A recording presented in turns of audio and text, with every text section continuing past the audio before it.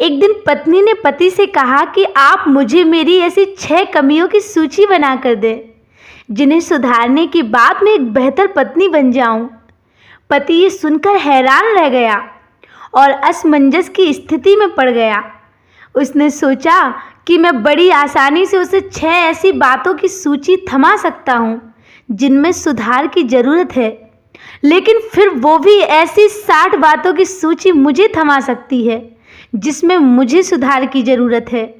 थोड़ा सोचकर पति ने कहा, मुझे इस बारे में सोचने का समय दो, मैं तुम्हें कल तक इसका जवाब दूंगा।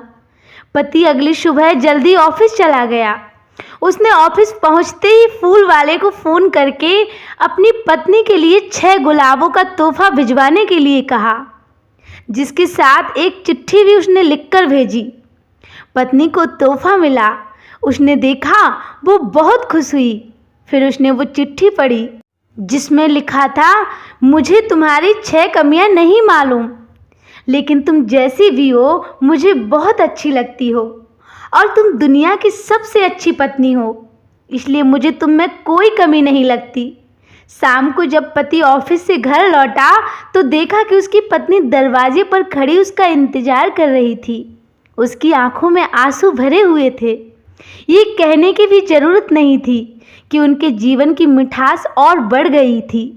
पत्नी इस बात पर बहुत खुश थी कि उसके कहने के बावजूद भी उसके पति ने उसकी 6 कमियों की सूची नहीं दी, बल्कि उसे इतना अच्छा तोहफा दिया। पत्नी मन ही मन पति को बहुत दुआएं दे रही थी। इसलिए कहते हैं दोस्तों, जीवन में किसी की सराहना करने में कंजूसी ना करें और आलोचना से बचकर रहने में ही समझदारी है।